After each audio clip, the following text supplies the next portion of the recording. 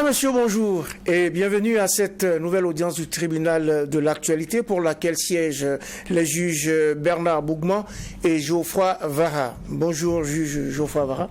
Bonjour, président Tomondi. Bonjour, oui, bonjour. Bonjour, auditeurs et téléspectateurs. En discussion pour cette deuxième audience de la semaine, la dernière sortie du Front patriotique qui, à travers une lettre ouverte au président de la transition, esquisse sa radiographie de la situation nationale. Nous en parlons donc tout à l'heure, mais avant, place aux avant-propos que je convoque tout de suite.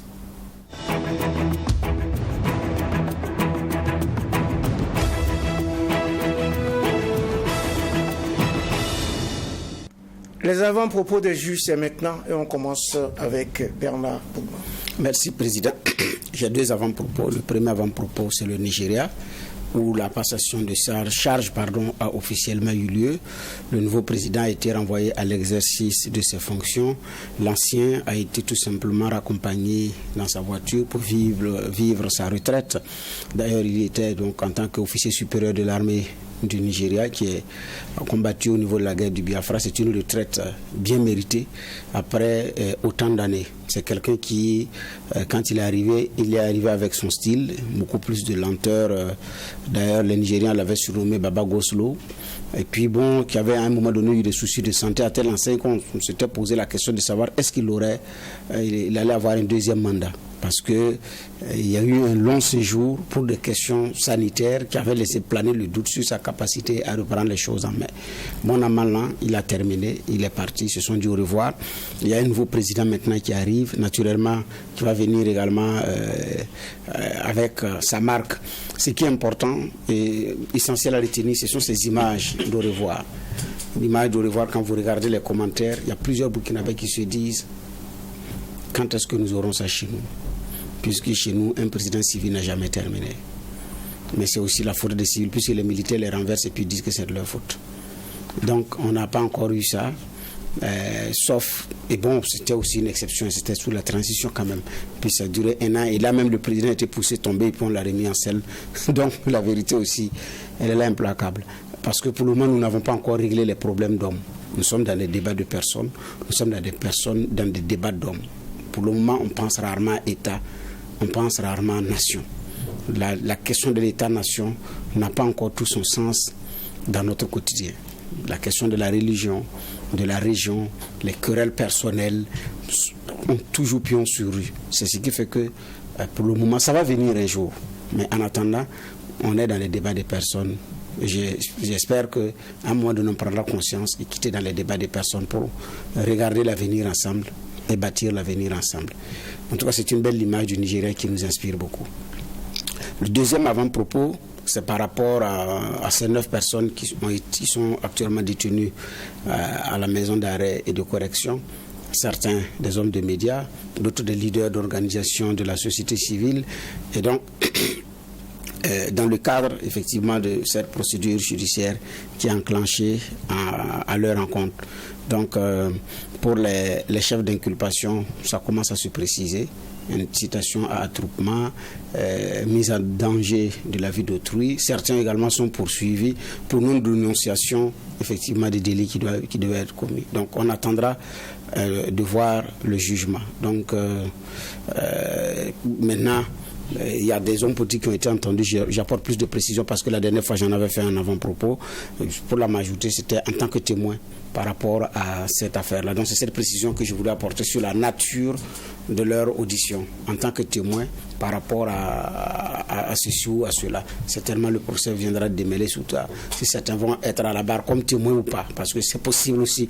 Voilà. Donc, en attendant, ce qu'il y a, c'est que la justice soit faite pour que les choses soient clairement situées sur la détention de ces messieurs. C'est ce que j'avais comme avant-propos. Double ration d'avant-propos pour le juge Bernard Bougma et on se tourne maintenant vers Geoffroy Vara. Oui, merci Président. En tout cas, le Nigeria, c'est inspirant. Tout à l'heure, Bernard Bougma parlait de la transition, mais bon, on n'a pas eu de président civil élu qui a passé la main à quelqu'un d'élu, parce que celui qui était arrivé en transition, c'était un candidat. Il a même candidaté, il a fait j'ai l'honneur et il a déposé, on a regardé et c'est comme ça qu'il est devenu président. Donc ça, quand on regarde, c'est une leçon, et puis c'est en même temps aussi une gifle. Le militaire au pouvoir avec le treillis, ce n'est pas la norme. Et ça, pour qu'on ait un pays qui soit stable, il faut qu'on construise les choses ainsi. Mais il y a, comme le disait Bernard, il y a une part de responsabilité aussi de nos politiques. Parce que lorsqu'ils viennent et qu'ils sont élus, qu'est-ce qu'ils font? Et puis comment ils sont élus? Voilà pourquoi les transitions sont une opportunité pour repenser la machine, pour que ce soit la claire expression des peuples dans les urnes qui, évidemment, nourrissent cette stabilité-là. Et que ce ne soit pas une partie des Burkinabés, une infime partie qui décide pour le reste. Et après le reste est satisfait, vient affirmer son inconfort, vient affirmer son désaveu. Donc ça, pour moi, c'est une grosse réflexion. Quand vous regardez ce qui se passe au Nigeria, c'est beau à voir. Ils ont aussi le terrorisme comme nous. Et je pense que dans ces affres-là, ils les ont connus beaucoup plus tôt que nous. Les enlèvements, on se rappelle bien, et ça continue toujours. Mais ils continuent de rester debout et les institutions tiennent. Ça, c'est important. J'avais aussi un autre avant-propos. C'est vrai qu'on n'aime pas parler sport. C'est vrai que le championnat, il est fini. Il y a eu un week-end où on a vu aussi la Coupe du Faso qui a donné son épilogue avec la victoire de l'EFO. On a eu, on va dire, une saison qui a été très forte en émotion et puis en chamboulement. l'EFO qui remporte, c'est vrai, la Coupe du Faso, mais l'EFO qui a trimé tout au long et qui est parti à l'arraché chercher à ne pas se retrouver en deuxième division. Ce qui est très intéressant. Salitas qui perd un peu sur tous les tableaux. L'AS Douane qui est, c'est vrai, champion, mais dont l'entraîneur, c'est vrai, a les dents longues et veut encore plus, notamment les compétitions continentales. Mais ça se fait aussi avec, évidemment, les joueurs qu'on met et les choix qu'on fait. Maintenant, c'est la saison des choix, parce qu'ils vont commencer aussi à voir qui est recruté, qui avoir pour la saison prochaine. Mais c'est ça, en tout cas, bravo à tous ceux-là qui ont animé cette saison de football, avec ces joueurs aussi qui ont longtemps crié parce qu'ils n'étaient pas payés. Je pense que cette fois-ci, ils vont bien penser à ces choses-là. Mais en tout cas, c'est notre championnat comme on l'aime. Il est à parfaire. Mais bon, on félicitera les uns et les autres pour ce qu'on nous a donné comme spectacle. En tout cas, bravo à tous et surtout à vous, auditeurs et auditrices de Watt FM, téléspectateurs et téléspectatrices de True TV. Bienvenue à nouveau dans le prétoire du tribunal de l'actualité qui déroule sa deuxième audience de la semaine, avec au rôle cette lettre ouverte du Front patriotique au président de la transition. Mais avant parlons rapidement donc de cette perception des lecteurs de lefaso.net, une perception vis-à-vis des principaux responsables de la gouvernance du MPSR 2, à travers une enquête qui a été réalisée en ligne du 10 au 20 mai 2023 et qui a recueilli 418 réponses complètes. À l'arrivée, on obtient un président de la transition adulé avec une note de 15,80 sur 20. Bernard Boukman. Oui, et un premier ministre qui s'en tire avec 12 et le président de l'ALT 13. Donc quand on regarde, c'est le chef de l'État en tout cas qui est populaire, parce que 15 sur 20 c'est pas petit. Donc en tout cas il y a une cote de popularité qu'il a le devoir de travailler à conserver, à entretenir et même mieux l'augmenter en fonction des résultats qui vont être atteints. Parce que votre capital sympathie, quand vous êtes à la tête de l'État, il peut augmenter, tout comme il peut s'effriter, en fonction des actions que vous posez, et en fonction des résultats, et en fonction. Donc, la cote de popularité, si on l'avait fait il y a un certain temps, peut-être que sa cote même allait dépasser ce que nous avons vu. C'est pareil pour le Premier ministre, c'est pareil pour le président de l'ALT. Et donc, si on l'avait fait aussi, peut-être également qu'un prochain sondage montrera aussi des chiffres plus élevés ou moins élevés que ça. Parce que en termes de satisfaction, il y a des moments où vous êtes satisfait, il y a des moments où vous n'êtes pas satisfait. Et puis, il y a des éléments qui viennent soit pour augmenter votre cote ou pour faire baisser votre cote. Donc, la réalité est là implacable. Ce genre de sondages également sont les bienvenus pour permettre de prendre également le pouls de la situation. Et c'est vrai qu'un sondage ne fera pas l'unanimité, pas du tout. En fonction des sondés, en fonction. Et puis sur les questions de perception, on ne peut pas avoir le même regard. Par exemple, même si les notes des personnalités, certains vous diront que le chef de l'État devrait dépasser 15. Il y en a qui vont dire que ça ne vaut pas 15. C'est la même chose pour le Premier ministre et le président de la LT. On regarde au niveau du gouvernement, c'est par exemple le ministre porte-parole du gouvernement qui est en tête, avec 14,14, suivi de celle des Affaires étrangères, qui a 14,09 je pense. Et le ministre d'État, pour prendre le trio, le ministre d'État, Bassoma Bazier, à 13. Donc, ça dit que c'est des appréciations qui viennent d'une personne à une autre, ça peut changer. Mais je dis bien, ça permet d'avoir une cartographie de la situation. C'est sûr que d'autres sondages viendront naturellement pour éclairer nos lanternes. Alors, Geoffroy Vara, c'est un tableau de bord qu'on peut qualifier à sa façon pour sanctionner ou en tout cas pour apprécier les mesures politiques, économiques et sécuritaires prises par les autorités de la transition pour endiguer la crise sécuritaire et humanitaire, entre autres. C'est ce qu'explique d'ailleurs le Faso.net qui rend public les résultats de ce sondage. Oui, maintenant 418 réponses complètes. Oui, sur 1000 réponses enregistrées. Donc ça veut dire 1000 personnes ont participé, mais il n'y a que 418 réponses complètes. Ça veut dire que c'est celles-là qui ont été pour moi élaguées. Donc, tout à fait. Ça pour moi, c'est pas déjà en termes de nombre, c'est pas. En termes d'échantillon. Voilà, d'échantillon, c'est pas si représentatif, on va dire comme ça, c'est pas si fort. Quoique l'exercice déjà pour moi il est très intéressant, il est donc très intéressant et moi je partage un peu la vue de Bernard. Avoir le président à 15, c'est un peu surprenant. C'est un peu surprenant parce qu'on a comme l'impression que son capital sympathie est au-delà de ça et qu'il devrait frôler les 18 ou 19. En tout cas, si on s'en tient à la tendance, comment dire ça, le vrai thème empirique, c'est-à-dire au regard de la façon dont les choses se traitent sur la place publique et comment est-ce que certains en tout cas lui manifestent leur sympathie. Donc on est un peu surpris qu'il soit à 15, ce qui est tout de même aussi intéressant, quoi qu'on dise. Je ne pense pas que on ait des présidents qui, si on avait tenté ce type de sondage-là, arrivent à ce type de score-là. Mais on est un peu surpris quand même concernant le président. Et puis quand on regarde, il y a clairement que c'est lui qui est à la tête. Son capital sympathie, on le sait, il est quand même assez renforcé. Ça, c'est pas une surprise. Celui qui vient après, c'est logiquement, on aurait pu penser que ça allait être le Premier ministre. En tout cas, dans la logique des choses. C'est le ministre de la Communication. C'est le ministre de la Communication, mais on voit aussi le contexte. On dit que c'est dans les 10 jours là.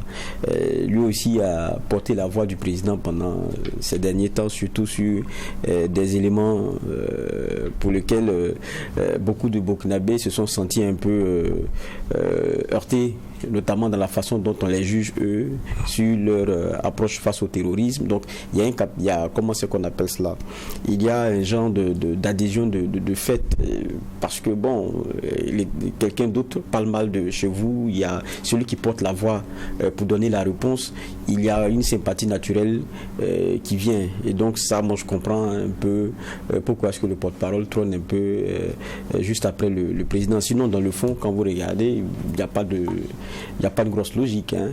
C'est peut-être parce qu'il porte le plus cette voix-là, celle de non seulement nous qui sommes souverains, on ne doit pas attendre de leçons de qui que ce soit. C'est lui qui affirme la position, c'est le visage qui affirme les positions de tranchées du Burkina sur certaines questions. Donc c'est pour moi, c'est ça qui penche dans la balance.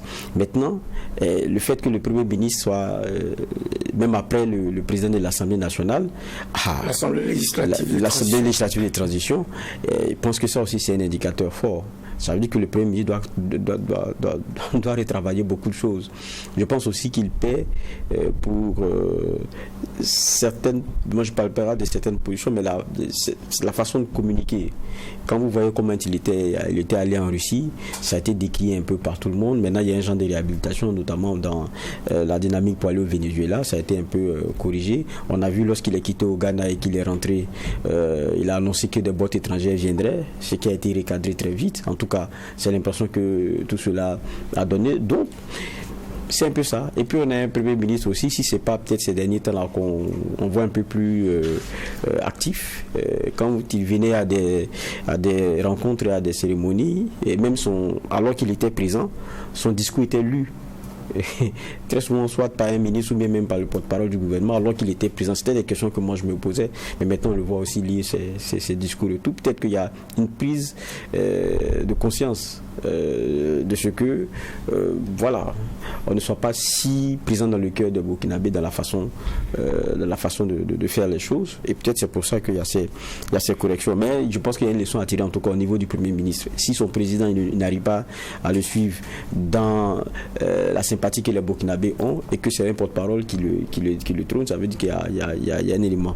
Et puis c'est pas surprenant d'avoir aussi Bassolman Bazier qui aussi soit bien positionné parmi les ministres, parce qu'on voit aussi ces dernières sorties souvent sans langue de bois, et voilà, qui plaît. C'est un genre de pragmatisme qui plaît souvent, et donc c'est des choses qui se comprennent. Mais moi, au fond, quand vous regardez, ce n'est pas tant qui travaille, qui plaît par son travail, ou bien qui convainc par son travail. J'ai plutôt l'impression que c'est plutôt une cote de popularité. À ça ramène en gros. Et quoique la question de popularité ou de sympathie, c'est à géométrie variable, à sensibilité variable, et selon les contextes, c'est des choses qui changent très vite. Ce sont évidemment des choses qui changent très vite. Droit de parole au Premier ministre aujourd'hui, puisqu'il doit présenter son discours sur la situation de la nation. Peut-être qu'après cela, il va remonter dans les sondages. On sera Attention, ça peut être aussi le contraire. Ça peut être aussi le contraire. Je dis peut-être. Peut-être qu'après cela, après cette prise de parole, il va remonter dans les sondages. De toute façon, chacun a une radiographie de la situation nationale. Et pour le Front patriotique, il en fait état, justement, ce front, dans une lettre ouverte adressée au président de la transition, Bernard Boukman. Oui, une lettre qui vient après une demande d'audience de janvier et une autre première sortie en février 2023. Donc, audience demandée en janvier 2023, après la déclaration, et ça c'est, je pense, maintenant le troisième acte. Bon, d'ailleurs, l'audience jusqu'à présent n'a pas encore été, ils disent qu'ils n'ont pas été reçus, jusqu'à présent ça a été infructueux. Donc certainement c'est à travers cette sortie que le Front patriotique s'exprime. Un Front patriotique dont on connaît également la composition, ce sont des partis politiques et des organisations de la société civile qui s'étaient retrouvés en août 2022 pour converger leurs forces et avoir un regard, regarder dans la même direction, mais qui interpelle le chef de l'État sur un certain nombre de choses, sur les questions de liberté, sur les questions de sécurisation d'ailleurs, qui est la mission principale de ce gouvernement. Ils ont fort bien fait de rappeler les dispositions de la charte et de la transition en lien avec ces exigences-là.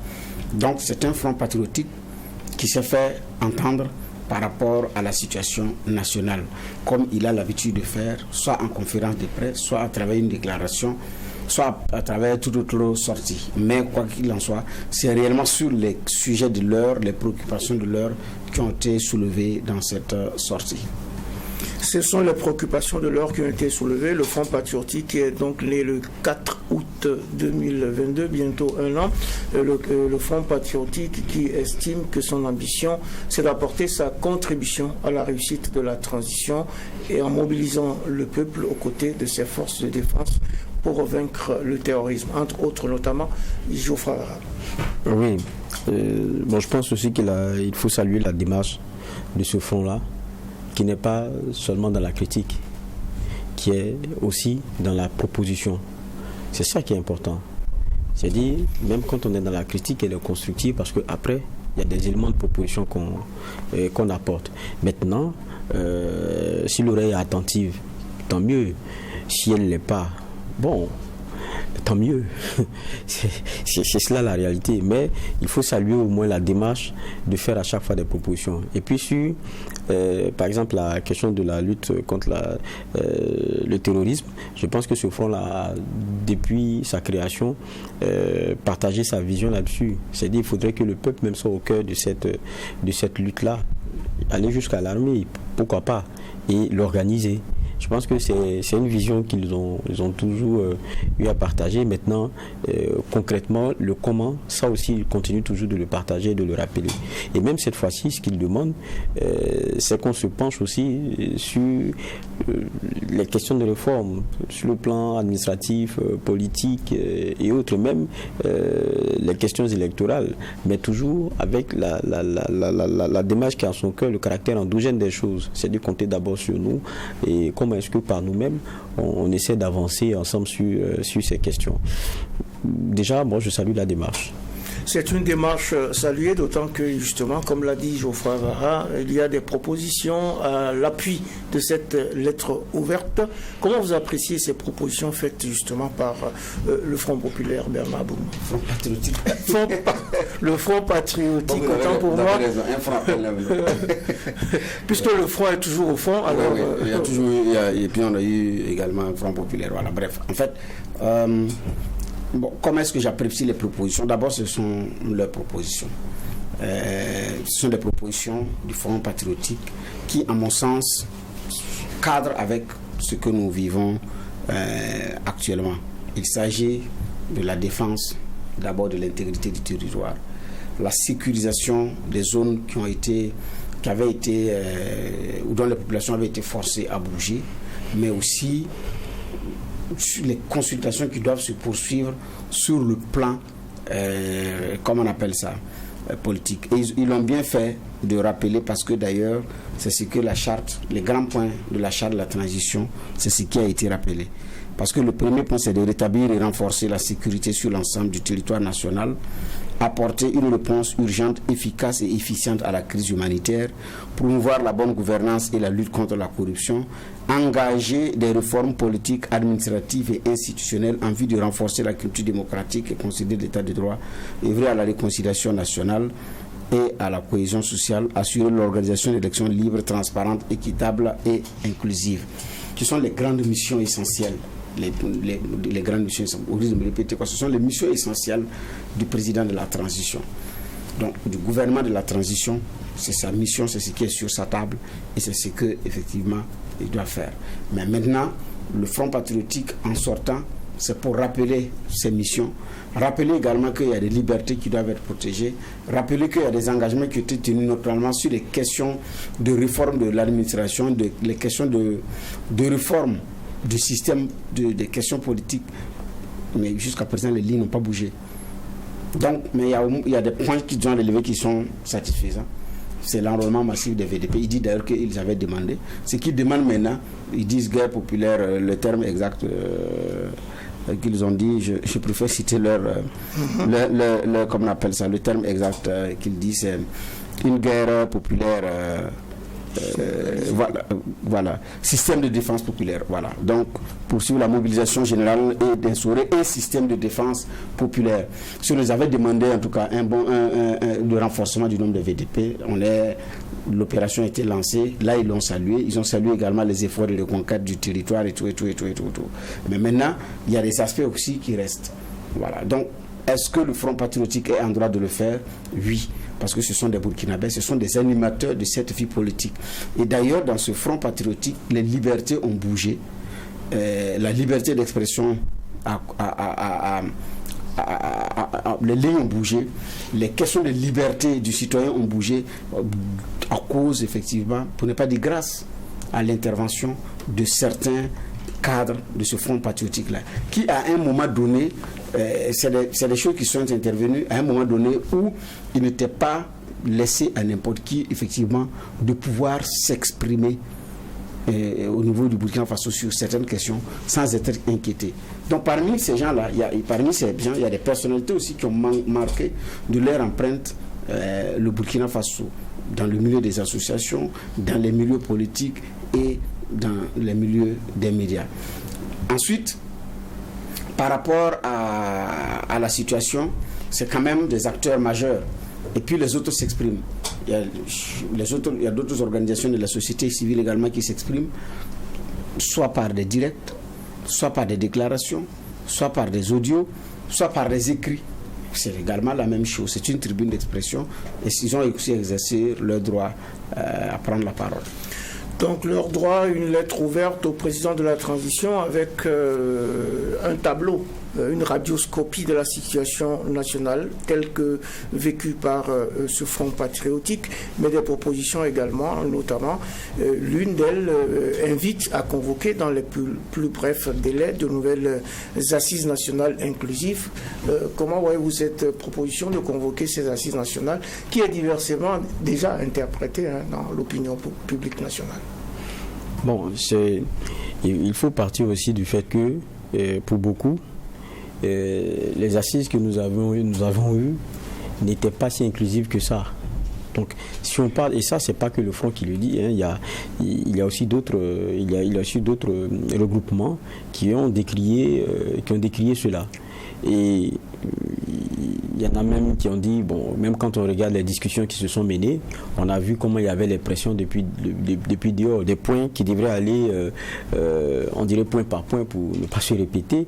On a préféré sauter certains points et aller d'abord à sécuriser d'abord le positionnement du capitaine Ibrahim Traoré avant de revenir discuter des autres points, comme si cela était subsidiaire, alors que il y a une transition à construire et il y a des valeurs, des éléments qu'on devrait poser sur la table, dont on devrait discuter, qui sont ceux-là sur les bases sur lesquelles cette transition et la nation va se construire, pas la question de la désignation de quelqu'un pour un poste. Donc pour beaucoup, quand on regarde, il y a beaucoup d'éléments qui ont dénoté que bon, c'était pas si bien fait.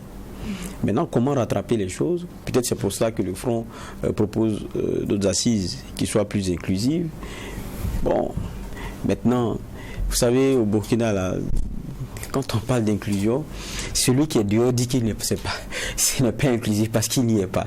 Et donc, ça fait que on est toujours dans le perpétuel recommencement. Mais je pense aussi qu'il y a certaines questions qui doivent être abordées courageusement et concrètement mis sur la table. Même quand on prend par exemple la question du chronogramme même de notre transition, on va dire c'est la charpente, hein, c'est ça qui tient tout. Tout le monde sait que selon les délais qu'on s'est fixés aujourd'hui, c'est fini, c'est plus tenable. Maintenant, comment on s'assoit et puis on discute de cela pour qu'on retravaille un calendrier, parce que le calendrier, c'est se projeter, hein, c'est la projection, c'est la perspective. Je pense que ça, c'est très important. Mais on a l'impression que tout le monde se gêne à le poser. Et donc, tout le monde regarde l'autre. Et ça, c'est un peu... Alors qu'avec des assises, on pouvait s'asseoir et puis discuter concrètement de ces éléments. Et puis, pour ne pas être dans le perpétuel recommencement, je le disais tout à l'heure, lorsqu'on regardait le Nigeria, on était tous contents. Mais ça, c'est des bases d'abord qu'on jette. Et si la transition n'est pas une opportunité pour commencer à penser crânement comment est-ce qu'on revoit nos processus d'élection là, qui ne soient pas tronqués et à la fin nous produisent des présidents qui ne peuvent pas tenir 5 ans et qui sont désavoués, et parce qu'on ne peut pas les faire sauter. Il faut attendre 5 ans et quelquefois certains ne peuvent pas avoir cette patience-là. Et puis c'est les militaires qui reviennent. Donc du coup, comment est-ce qu'on gère ça? Donc c'est des questions, pour moi, qui sont des questions de fond, qui peuvent être abordées tranquillement dans une transition, parce qu'on estime que, en tout cas, c'est là où les intérêts là peuvent s'entrechoquer, mais pour donner quelque chose de bon, où il n'y a pas quelqu'un qui tient les manettes parce que bon, il sait qu'il sera dans la course demain, donc il taille les choses à sa mesure. Donc c'est ça, c'est l'opportunité que cela donne. Mais on a l'impression que sur ce chapitre des réformes là, on est moins enclin à y aller. Bon, on est plutôt dans d'autres éléments. Oui, on ne parle pas beaucoup d'élections. Il y en a d'ailleurs qui estiment que l'heure n'est pas. Non, je ne parle pas d'élections seulement. C'est l'élection. Les réformes, toutes les réformes politiques. Administratives, politiques et autres. Parce que, regardez bien, c'est pour ça, quand vous regardez le fonds, fait bien de rappeler ce que sont les objectifs de la transition. Le premier objectif, c'est la question de la sécurité et récupérer l'entièreté de notre territoire.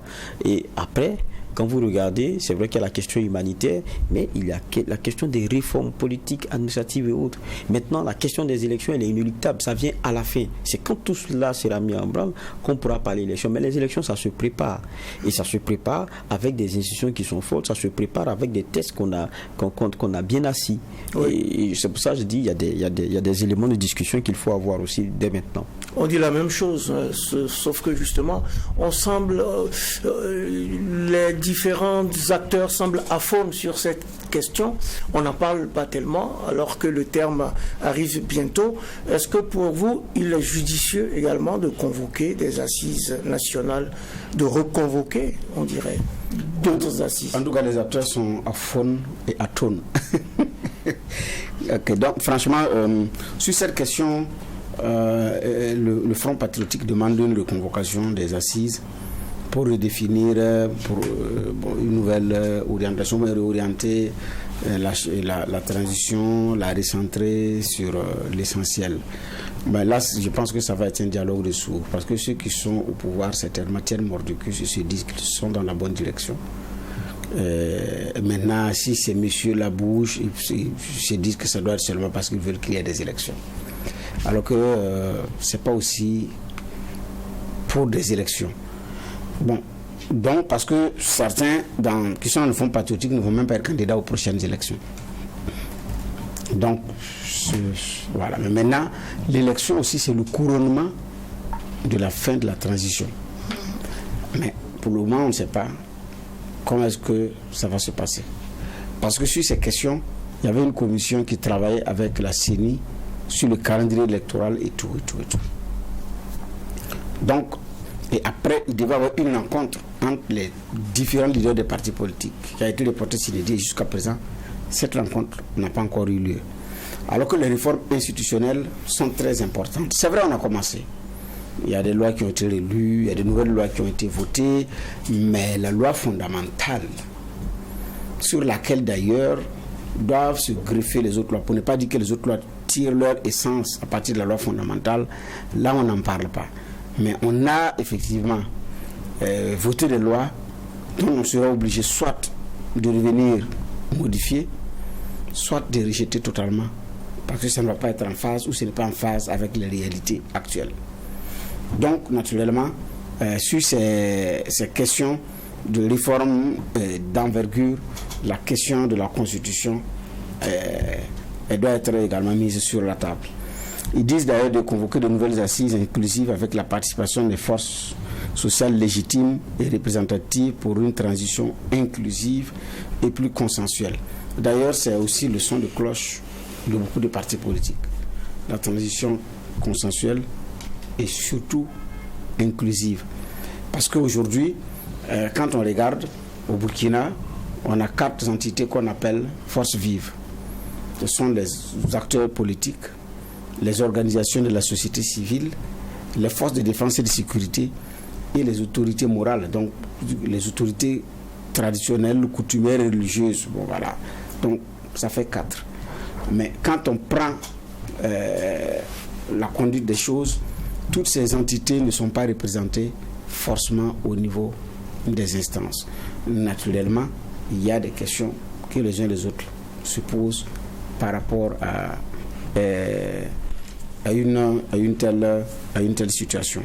Donc, ici, c'est des gens qui disent on a effectivement un apport à faire. Et là, tous les acteurs politiques se disent il faut continuer de faire que ce soit inclusif et consensuel. Nous devons mettre la main à la pâte. Parce qu'il n'y a pas cet homme politique qui se lève le matin qui ne pense pas à cette situation sécuritaire. Mais il y en a qui pensent que l'homme politique n'est animé que pour la prochaine élection. Oui, il est animé de cette envie. Mais dans ce contexte, parce qu'il y en a qui vous disent, moi qui vous parle, je ne peux plus aller dans mon village. Non, même si aujourd'hui il y a de la campagne électorale, je ne peux pas aller. Je peux concéder même un report. Mais là, on se parle. Puisqu'on a convenu d'une date, il y a un calendrier à mettre en place. Si on ne pourra pas le faire aussi à bonne date, c'est de réunir les acteurs et dire on ne peut pas le faire à bonne date. En ce moment, la communauté internationale voit un ensemble unique qui dit nous ne pouvons pas aller aux élections. Parce que ça ne relèvera pas seulement du pouvoir.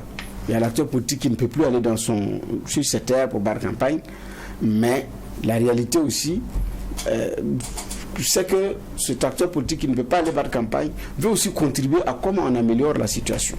Parce que la transition finira un jour et les élections, il faut les préparer. Mais il y a des pays aussi qui ont même organisé des élections dans des contextes difficiles de crise sécuritaire. La Centrafrique, le Nigeria, le Mali, le Niger par moment et bien d'autres pays qui se sont même retrouvés à Ouagadougou pour faire leur partage d'expérience, pour voir comment ils ont pu tenir l'élection dans ces conditions. Et sous la direction de la CENI.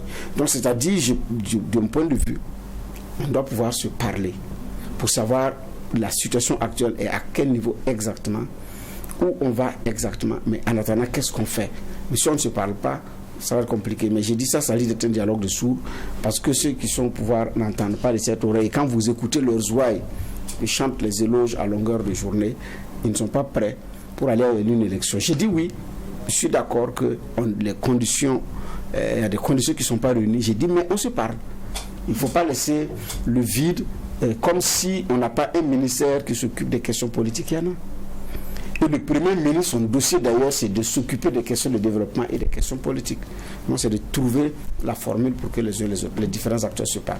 Trouver la formule, en tout cas le Front patriotique qui arrive, qui fait 5 groupes, disons, de propositions à l'endroit du président de la transition, poursuivre la mobilisation générale de tout le peuple, mettre en place des groupes de travail pour les réformes, convoquer dans les plus brefs délais de nouvelles assises nationales inclusives, se démarquer des leaders anarchistes qui prétendent parler en son nom et poursuivre enfin l'élargissement des coopérations internationales sur la base du respect mutuel.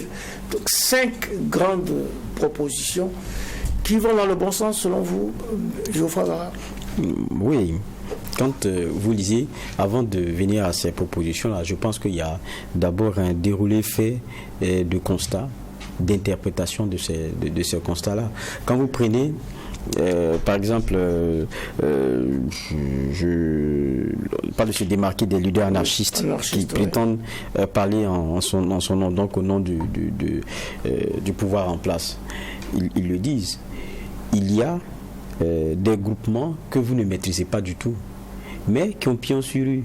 C'est ceux-là qui peuvent organiser des marches, c'est ceux-là qui peuvent organiser des manifestations, juste parce que, bon, ils ont tapé leur poitrine, ils disent qu'ils soutiennent le pouvoir en place. On a vu ce qui s'est passé à la place de la nation, avec certains messages incongrus qui ont été donnés. Même la presse ne s'en est pas fait le coup pour ne pas rentrer encore dans d'autres considérations. Il y a beaucoup de messages incongrus qui ont été donnés. Mais c'est ces groupements-là, dont on ne maîtrise même pas l'existence légale, qui ont le droit d'être actifs. Et on dénie ce droit-là à d'autres organisations qui sont légalement constituées, qui sont sérieuses. Et voilà. Et on s'en tient à dire que, bon, voilà, comme quelqu'un disait, c'est l'opinion majoritaire. Et j'ai aimé la réplique. Si c'est l'opinion majoritaire, pourquoi est-ce que tout le monde, on ne permet pas à tout le monde de s'exprimer comme il se doit? C'est ça aussi. Donc on a envie d'entendre seulement un seul son de cloche. C'est pas ça qui est l'intérêt aujourd'hui pour le Burkina. Savoir que tel ou tel est adulé ou tel est soutenu. C'est pas ça. Mais qui le soutient et comment et pourquoi?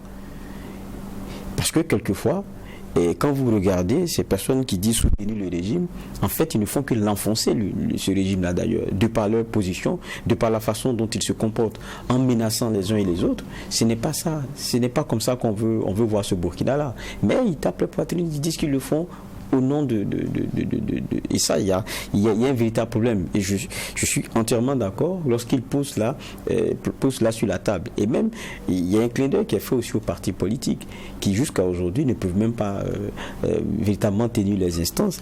C'est à ne rien comprendre. Si les éléments qui sont ressortis tiennent pour eux, ça devrait tenir pour ceux qui se rassemblent aujourd'hui. Je pense que ça, c'est des éléments qui le sont. Donc, je veux dire qu'à chaque fois, quand vous voyez les propositions, c'est mûri d'abord par un constat qui est fait derrière, et puis une lecture.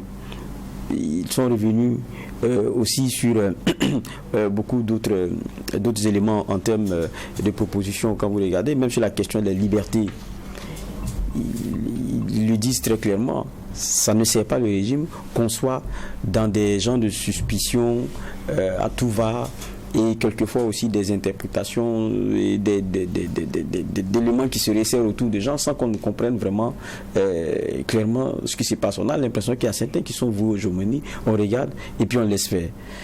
Ce n'est pas intéressant. Et ce n'est pas comme ça qu'on peut construire ce Burkina. Qui pense bien faire accepte d'abord la critique. Je pense que ça, c'est très important. Et puis, il faut permettre aux gens de dire ce qui ne va pas. C'est comme ça qu'on s'améliore. Ce n'est pas en n'écoutant que des laudateurs qu'on va penser que, bon, c'est vrai, tout va dans le meilleur des mondes. C'est casser le thermomètre et ce n'est pas ça forcément la solution. Je pense que c'est le message que donne aussi le Front en abordant la question de ces libertés-là et en disant il faut vraiment faire attention. Maintenant, il y a beaucoup d'autres éléments qui sont donnés.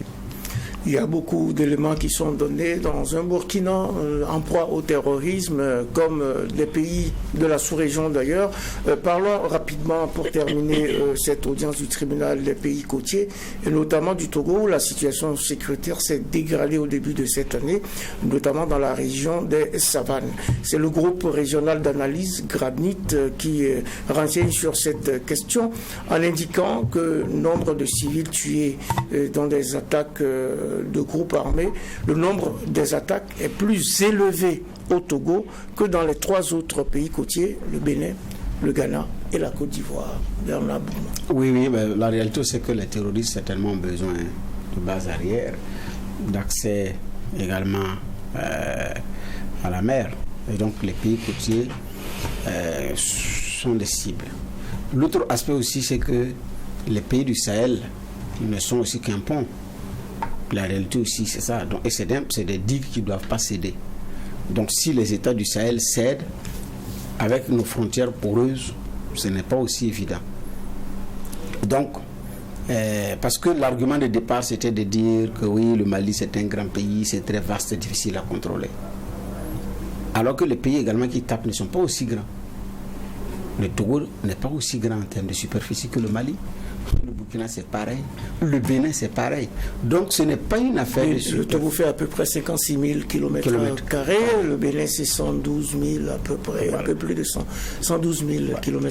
Nous caracolons avec 274 000 km². La Côte d'Ivoire est à 300 et quelques km².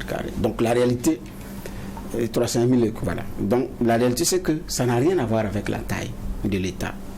Ce qu'il y a, c'est d'avoir une armée qui soit alerte et système de lutte contre le terrorisme qui soit efficace et qui allie les forces de défense et de sécurité et les populations civiles. C'est toute une chaîne.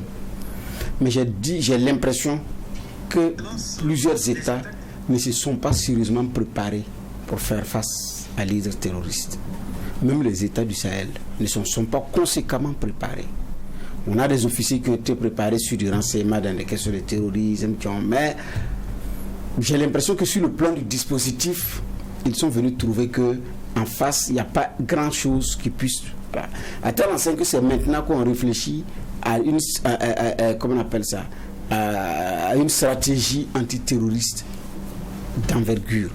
On a d'abord été sérieusement tapé avant de revoir... Quand on tapait, même la politique sécuritaire était déjà... notre politique sécuritaire était déjà désuète. Il fallait la relire, il fallait attendre les états généraux sur les questions sécuritaires pour sortir maintenant le document. C'est compliqué. Donc on s'est laissé surprendre. Et ces pays côtiers, de mon point de vue, ne devraient pas se laisser surprendre. Parce que ça a commencé depuis longtemps. Nous, ça fait 8 ans que nous y sommes. Le Mali, ça dépasse 8 ans. Le Niger, ça dépasse 8 ans. Je ne parle pas du Nigeria. Et donc ces pays devaient pouvoir se dire, créons des digues. Qu'est-ce qu'on fait en termes de surveillance? Quel dispositif de surveillance de nos frontières est-ce qu'il faut mettre? Un dispositif humain ou un dispositif matériel maintenant appuyé par l'homme? Ou bien il faut compter seulement sur les gardes-frontières? Quand les produits de la contrebande passent facilement, pour pouvoir également nourrir même du terroriste au Sahel, en passant par ces frontières-là, naturellement, il y a effectivement un travail à faire. Alors que les signaux avaient été donnés après l'attaque de la Côte d'Ivoire au niveau de Grand Bassam, les uns et les autres devaient se dire que s'ils sont arrivés jusqu'au sud là-bas et tapés, il y a un réveil à faire. Mais ce n'est pas de se dire que ça arrive là-bas, comme nous également on regardait de loin, ou bien on cherche l'accusation facile. Ça, sincèrement. Donc aujourd'hui, il y a effectivement que au niveau de l'Afrique de l'Ouest, surtout francophone, l'espace où il y a les questions terroristes, sur le plan du dispositif militaire, on doit synergiser nos forces. Malheureusement, on est encore, je dis bien, dans les débats des personnes. On n'a aucune entité sous-régionale militaire pour le moment pour faire face à la lutte contre le terrorisme. Le G5 Sahel, qui a été d'ailleurs à l'initiative des Français, bat de l'aile. L'initiative d'Accra, qui devrait être perçue comme une initiative endogène, bat de l'aile parce qu'il y a toujours de la suspicion. Le Burkina est voisin du Togo, du Bénin et autres, mais en termes de manœuvre, on a quelle entité fédérée militaire pour pouvoir faire face pour des manœuvres au niveau de nos frontières? Je ne sais pas. Mais là, j'ai l'impression que nos États, les chefs d'État sont pour le moment jusqu'à présent dans des débats de personnes. Sont dans des débats de personnes, dit juge Bernard Bougma. Le terrorisme prend de l'ampleur dans les pays côtiers, on peut le dire ainsi. Et au Togo, on l'a vu, qui est durement frappé. D'ailleurs, le président Faure Gnassingbé a admis le 27 avril dernier, c'est le jour de l'indépendance du pays, que cette situation a déjà fait 140 morts en un an et demi. Mais également au Bénin, où le président de la Cour de répression des infractions économiques et du terrorisme, Cyriaque Dossa, a indiqué le 19 mai dernier que plus de 700 personnes se sont retrouvées derrière les barreaux pour terrorisme. Oui, maintenant, ça aussi il faut bien regarder, parce que souvent, ou bien quelquefois aussi, on utilise certains prétextes pour régler des problèmes politiques. Quelquefois aussi c'est cela. Mais quand on voit le cas par exemple du Togo dont vous parliez, justement, je pense que ce que vous évoquiez, c'était un échange du président togolais à l'occasion du 63e anniversaire. Exactement. Il disait pour continuer que la lutte là sera longue. C'est ce qu'il disait dans ses propos, parce qu'ils prennent la pleine mesure de ce qui est en train de se passer dans la partie septentrionale du Togo. Et en son temps, c'était la quarantaine. C'était juste après une attaque qui avait fait une quarantaine de morts. Donc, ils sont tapés de plein fouet. C'est cela aussi la réalité de tous les pays qui sont... qui partagent les frontières avec Burkina, Mali et autres. Ça a commencé dans la fourmilière libyenne dans laquelle les Européens là sont venus taper avec leurs amis américains sans regarder les conséquences qu'il pourrait y avoir, alors qu'ils avaient été clairement prévenus. Et c'est ce qu'on est en train de subir comme contre-coup. Mais ce qui est un peu, j'allais dire risible, mais ce qui fait pitié, c'est que c'est un ennemi et nous tous, on est en train de se faire des bagarres de chiffonniers sur les options que les uns et les autres entreprennent de façon souveraine. Récemment, c'est le Niger qui disait l'option burkinabé là n'est pas bonne. Mais le Burkina, il va de façon souveraine. Nous aussi, on répond que lui, il manque de vision. Mais lui aussi, il a fait ses alliances de façon souveraine.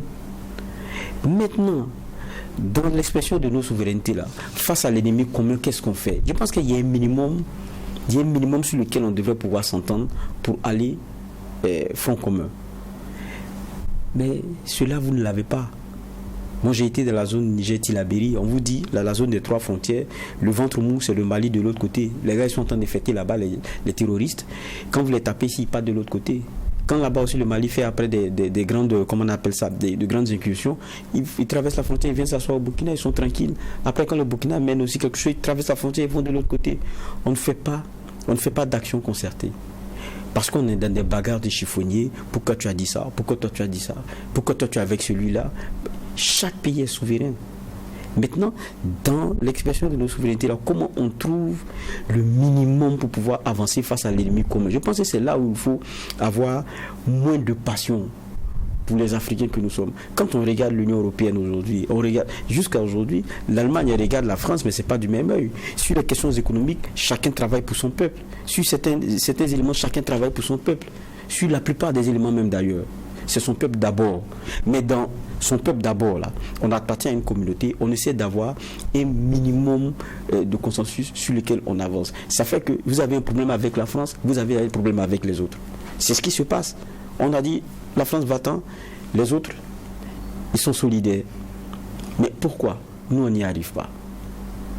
On préfère toujours rester dans nos petits carcans à faire les choses petitement comme nous on le peut. Alors qu'on a tous un ennemi commun. C'est ça qui est vraiment compliqué. Et en face, ils ont tellement compris la chose que eux, ils sont à un autre niveau de comment dire cela, de vases communicants créés entre eux. Quelquefois, oui, ils se tapent, mais parce qu'ils sont arrivés à des niveaux de contrôle de territoire tels qu'ils commencent maintenant, puisqu'il n'y a même pas d'État en face, donc ils commencent à se faire la guerre entre eux. C'est ça la vérité. Oui. Mais parce qu'ils ont compris que c'est ensemble qu'ils sont forts. Ils sont organisés.